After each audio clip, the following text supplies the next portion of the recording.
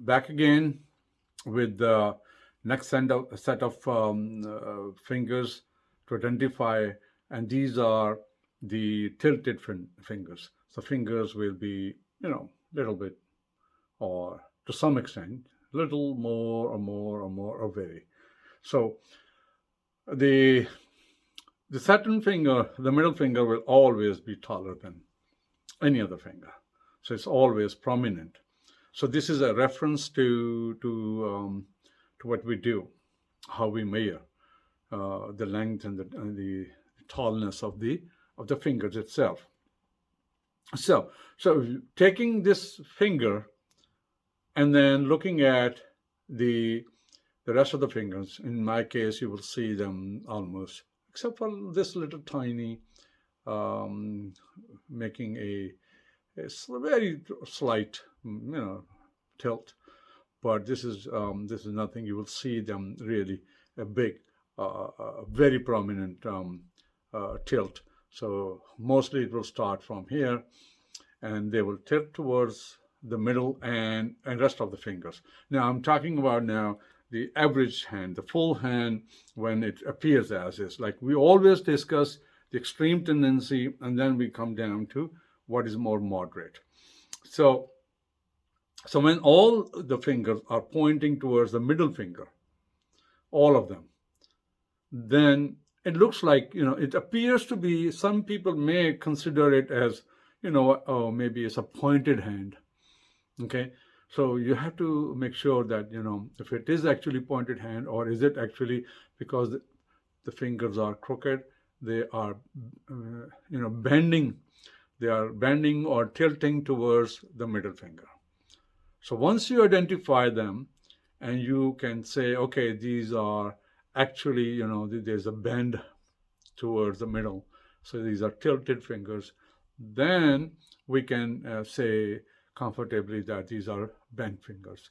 Now, once you have that, so the interpretation of it. So these people are very secretive people. So they're all their desires, their secret. They're afraid of giving out secrets. They are afraid that people will come there. If they say something, they're so careful about in saying things that it looks like I'm very openly talking about my own hand, and then teaching people what it could mean. So I'm not afraid of, that people may know about me. So I'm kind of, so you see straight fingers. So when you see a bent fingers, that person is opposite of it. The opposite is that the person does not want to say things because somebody will grab something or some, like the intuitive people, they have things, they can grab you, the essence of a word or a sentence or your gesture, they will know what you're saying. Even though you didn't mean it, but they will actually understand that. So these people are like afraid of intuitive people, and for them, every other person is an intuitive person. So they are very afraid that maybe somebody else will steal their secrets if they say something or do something. So they are all the time worried about it. They are very concerned that what if they make a move, they make a gesture, or they say something, somebody is going to judge them. So they are very afraid of judgment and criticism then, in that sense. So they are very, very close people. You'll find them, they are like very hard to penetrate. They're very hard to understand because they are not giving out anything. They're like, it's a dead end when you speak to them. So maybe you are talking to them, they are not talking back to you. So it's just that nature that behind, that kind of fingers that tilt give you. So because this person is afraid of criticism, his actions are also, if there are any actions, so they are very, very, very measured. this person will try not to do things because then he's afraid that okay he'll face criticism. It's like person going backwards, being inward, and so so they are shy of doing things. So they are not very optimistic, or they are not very outward. They are not like in the leading position. Things can happen. So I'm riding a bus, and bus is trying to enter into the bus stop, and somebody on a motorbike tried to pass through on the left side of the bus, and the bus hits the motorbike. The guy falls down, and he has a totally dislocated right ankle. It's just it's so dislocated. It has like come off about 2 inches, an inch or 2 inch, and it was just loosely hanging with the rest of the body with the skin. So I look at it, and I'm not a doctor. So, but I had this first aid training while I was a Boy Scout. So I come down, I look at it, and I take a large handkerchief, and wrap his foot very nicely, as I was, I had learned in the Boy Scouts. And I asked the guy, there's no other help. I say, this was back in Pakistan, so there was no 911 or 999 or 1122 or any help. So only people will help other people. So I asked the guy, the bus driver, do him a nice, favor. If this guy, he can't ride a motorbike anymore. So somebody has to take him to the hospital. So take him to the hospital. So you can save his leg, you can save his foot, because this is really very, very badly dislocated. So, if he doesn't get his proper treatment in the time, most probably it will, even if it heal, it will heal, very badly. So they understood it. They thought, everybody started calling me doctor. The way I handle, the professionally, very nicely, very confidently. They said, doctor this. And I said, no, I'm not a doctor. I'm just learn how to give the first aid. So this is first aid. Take him to the hospital immediately and get him fixed. So get him a care. So I took the initiative. So I am a person who takes the initiative. Now, this person with the crooked fingers, they're exactly the opposite effect. Even if they knew, if like me, if they could do this, they will not do it.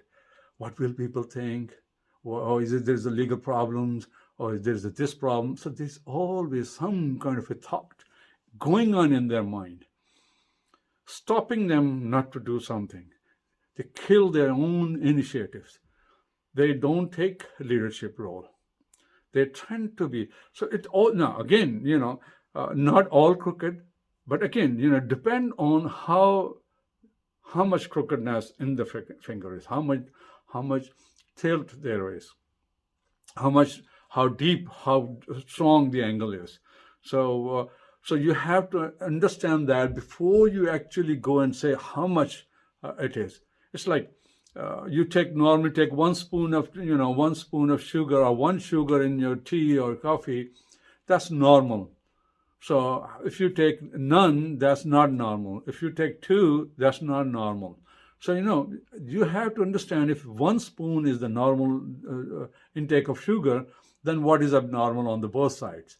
So when you are, the successful palmist will always look at the normality of a hand, how much normal the original structure is. Once you have determined that original structure of the hand and the types of hand and kind of fingers and each portion within the finger and the nails and all that, then you can start to say, okay, this is too much, this is too little, and if the bend is to the right or bend to the left, its tendency is this way or that way. Again, we need entrepreneurs, so we need flat fingers. So we probably need people who are literally a lot of, they are flat hands, because we need more and more adventurous people. Sometime, going to space and going to mountains, doing things, or maybe businesses growing across the world. We need more entrepreneurs. Everybody's online, selling, buying, doing things. So people are becoming more industrious.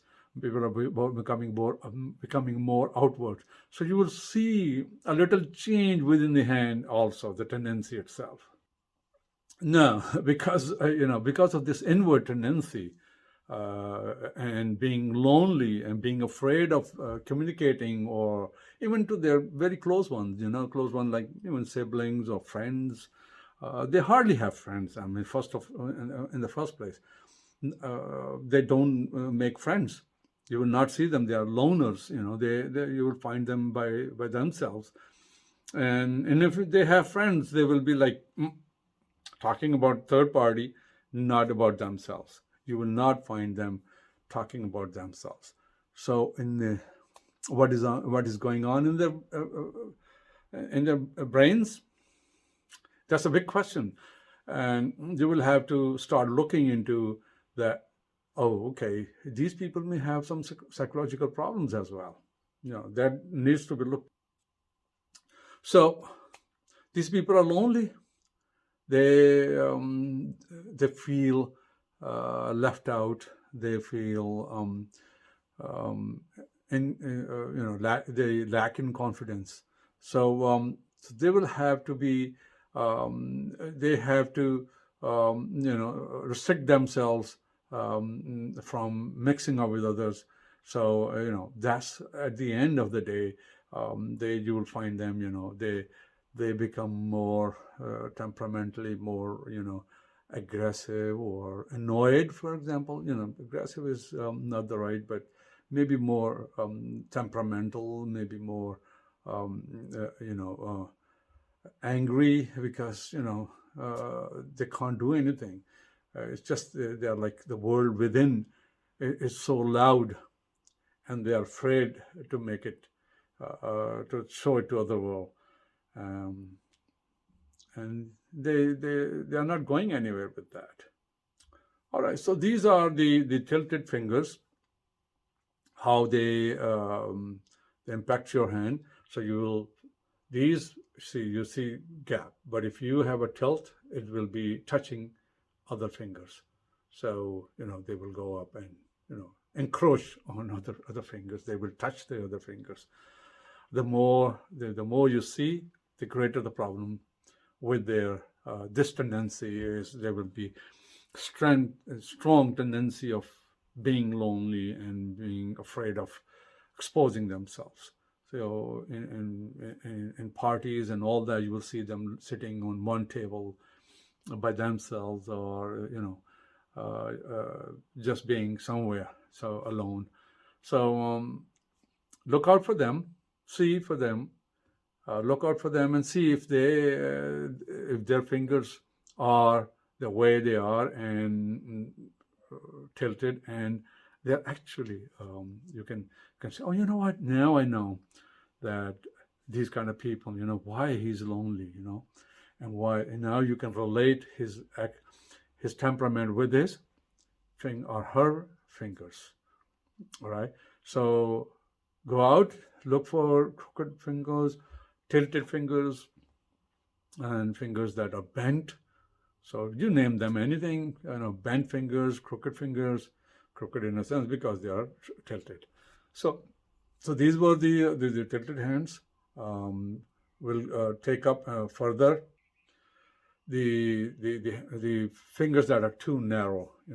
Like I have, if I open the hand very naturally, then you see a little gap between them. But some fingers will be, no matter what you do, by default, the fingers are too close to each other. Maybe very little gap, then you see if I try to do it, these are two together, has more gap. Or sometimes you'll see them, I think I have shared some fingers. Oh, I'm talking on the next subject already. But anyway, we are covering in the next subject, we're covering a hand that is fingers are together, and a hand where the fingers are too far apart from each other. What does that mean? So that's the next lesson. So until then, take care of yourself. I'll see you soon.